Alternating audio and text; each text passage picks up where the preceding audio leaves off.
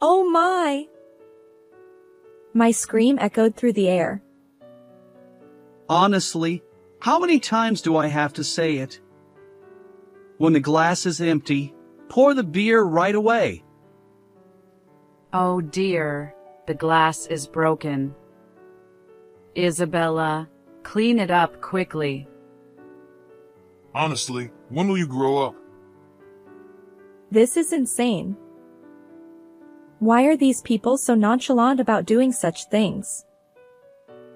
My name is Isabella, a 26-year-old housewife.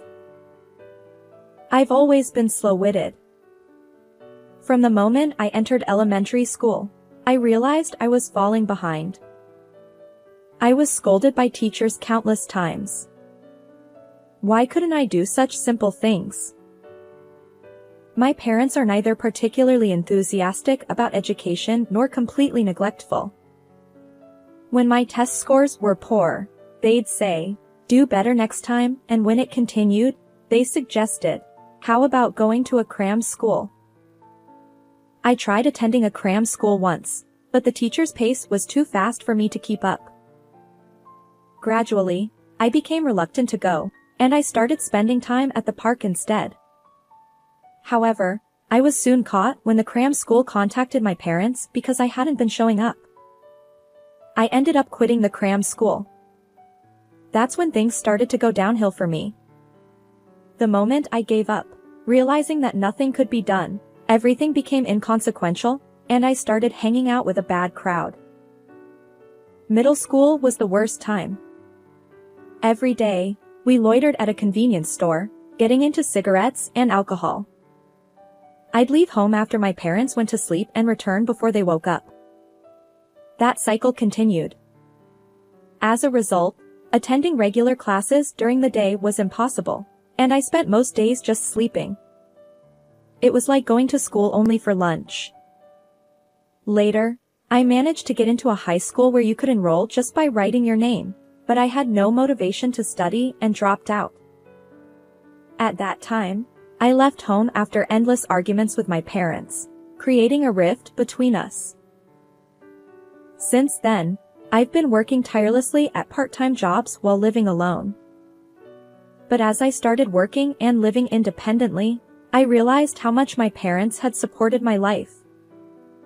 The chores my mother did as a matter of course weren't actually ordinary, and my father going to work every day wasn't a given.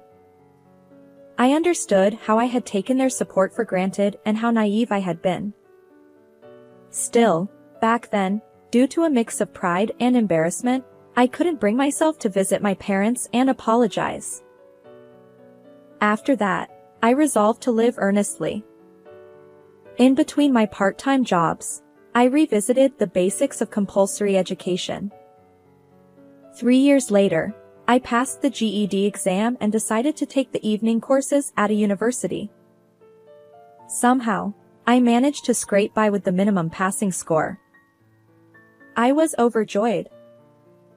Although it was a lower-ranked university, it's incredible that someone like me, who used to be foolish, could go to university.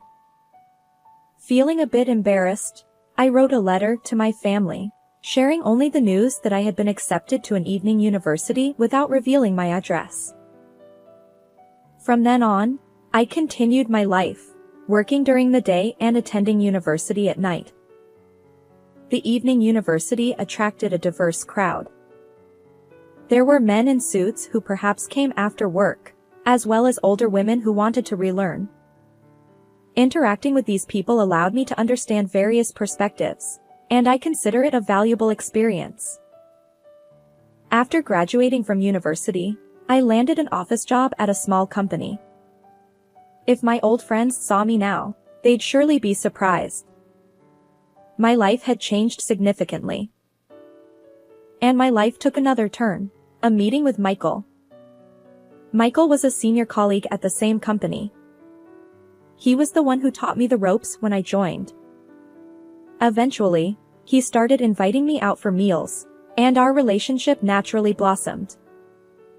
3 years later, he proposed, and we got married. He wanted me to focus on our home, so I decided to leave my job. I never dreamed that the rebellious girl I once was would end up leaving her job for marriage. When it came to informing my parents about the marriage, I could only do so through a letter. After all, we had parted ways in a heated argument back then, and I feared they might no longer care about me. Following our marriage, I ended up living with my in-laws in their home. My husband was the eldest son, and it was customary for the in-laws to live together. During the marriage introduction, I didn't have a negative impression of my in-laws, and there was a part of me that craved family love, so I agreed to cohabitate without much thought. Little did I know that this would mark the beginning of a living hell. I began experiencing severe mistreatment from my in-laws and husband. Isabella! Your cleaning is far too slow. Bathroom, toilet, weeding the garden. Do it more efficiently. Hey!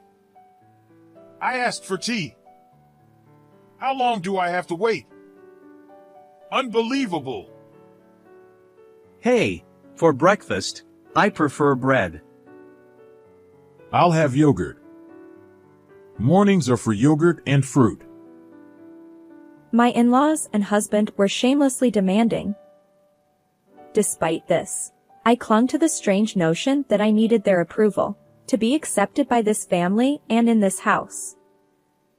So, I continued to be meek. Unfortunately, this only fueled their audacity even further. Isabella, give me a massage. Ah, excellent. I'll be next. Well then, after Dad, maybe I'll get one too. One person, 30 minutes each, for a total of an hour and a half of massages. And afterward, I brewed tea and served store-bought dessert to everyone, as if I were a housekeeper.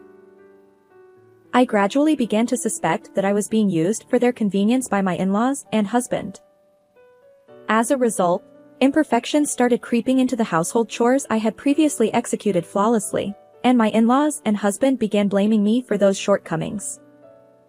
Their tyranny escalated, and before I knew it, my in-laws and husband had turned into terrible manipulative individuals. Oh my! My scream echoed through the air. Honestly, how many times do I have to say it? When the glass is empty, pour the beer right away. He slammed the table as he spoke. The impact caused a glass to fall at my feet. Oh dear, the glass is broken. Isabella, clean it up quickly. Honestly, when will you grow up? This was madness. How could these people be so callous? I had reached my breaking point. I wanted to go home. But where? To my mom's place? Yet, I was afraid. Would they accept me? Still, I knew that remaining in this house would drive me mentally unstable, so I made up my mind and left. Where are you going? Leave her alone. She's been disowned by her parents, so this is the only place she has to go.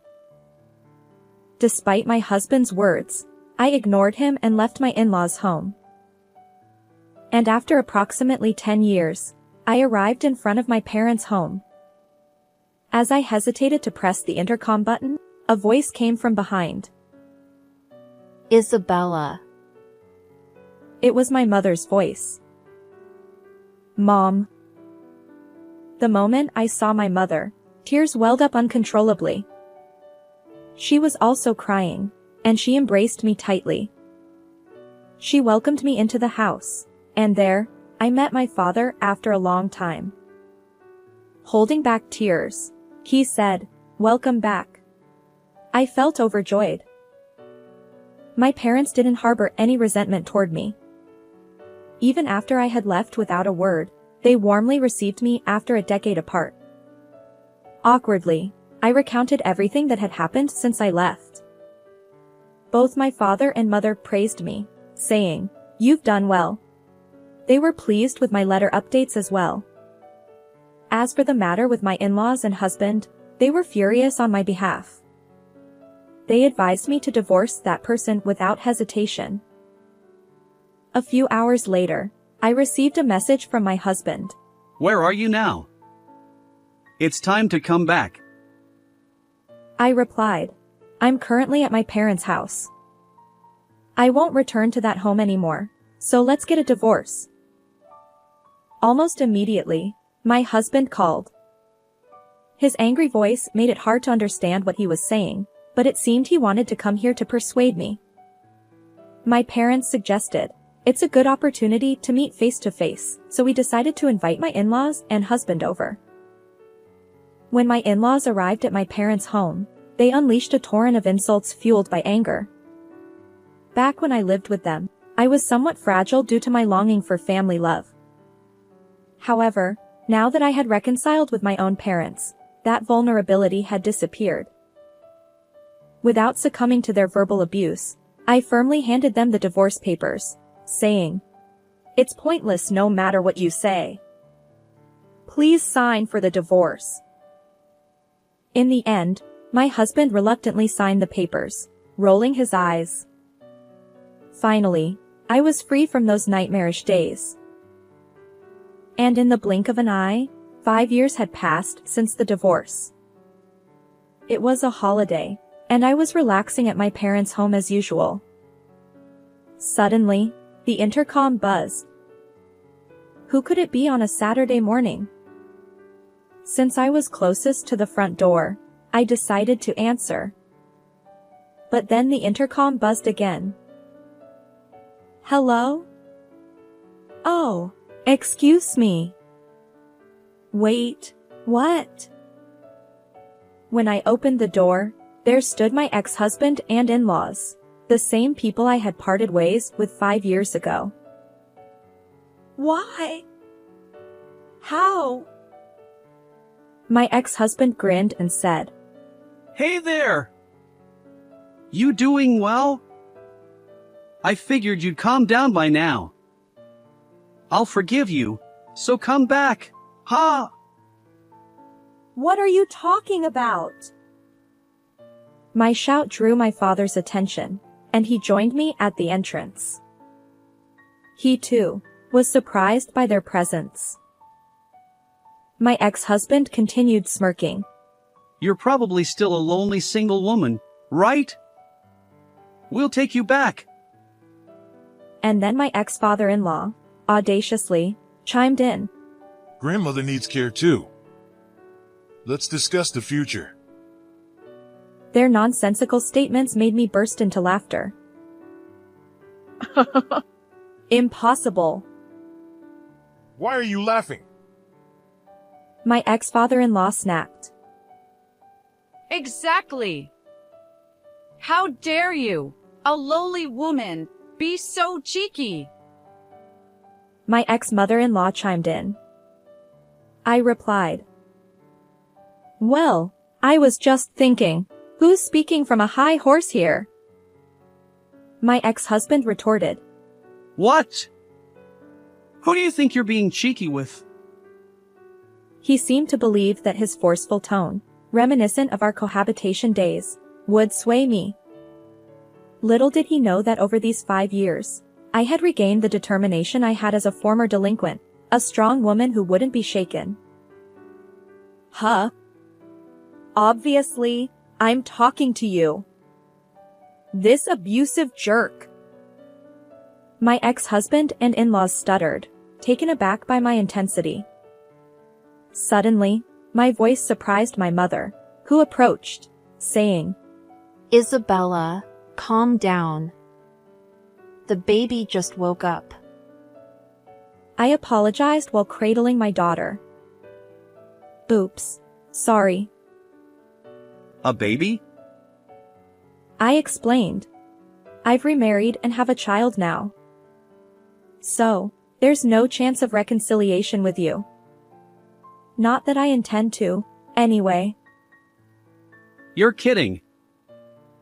My ex-husband, clearly frustrated by the lack of compliance, retorted and kicked the flower bed outside the front door. I hurried inside, ensuring my daughter's safety, while my ex-husband attempted to force his way in. My father stepped in to stop him. In the next moment, my ex-husband let out a cry of pain. Ouch! Noah. Noah was my current husband. It seemed he had returned from his night shift just in time. Noah twisted my ex-husband's arm. What are you doing? You! What the hell? Let go! My ex-father-in-law chimed in. Release my son! I'll call the police! Noah replied. Huh? I am the police. Ah! Noah turned to me. Isabella, who are these people? Ex-husband and in-laws. They suddenly showed up, trying to force a reconciliation. When I resisted, my ex-husband got angry and kicked the flower bed. Wait, hey. You don't need to explain so clearly. Noah declared. They're completely out of line. I'll call for backup. This is ridiculous. Soon after, a police car arrived, and my ex-in-laws and ex-husband were taken away. The neighbors watched like curious onlookers, and my ex-in-laws and ex-husband hung their heads in embarrassment as they got into the police car. And the reason my ex-in-laws and ex-husband visited me was as follows. It turns out that they had been squandering Michael's grandfather's inheritance and grandmother's pension, indulging in gambling and a life of luxury. However, when his grandmother's health deteriorated, and she needed care, her pension was being used to cover the costs of her care facility. So, they decided to call me back and try to take advantage of my family's wealth. They probably assumed that if they shouted at me, I would comply with their demands. They completely underestimated me. Upon learning that I had remarried a police officer, my ex-in-laws and ex-husband likely decided never to involve themselves with me again. By the way, let me share how I ended up marrying a police officer. During my evening university days, I became close friends with a woman in her 50s who was in the same seminar. Even after graduation, we continued to meet up for drinks regularly. After my divorce from my ex-husband, she suggested that I meet her nephew, Noah. We hit it off, and that's how we ended up getting married. Life is unpredictable, and I never imagined finding happiness through such connections and bonds. Moving forward, I plan to enjoy each day while nurturing a good relationship with my husband, parents, and watching my daughter grow. How did you find this story? Don't forget to subscribe to the channel. See you in the next video.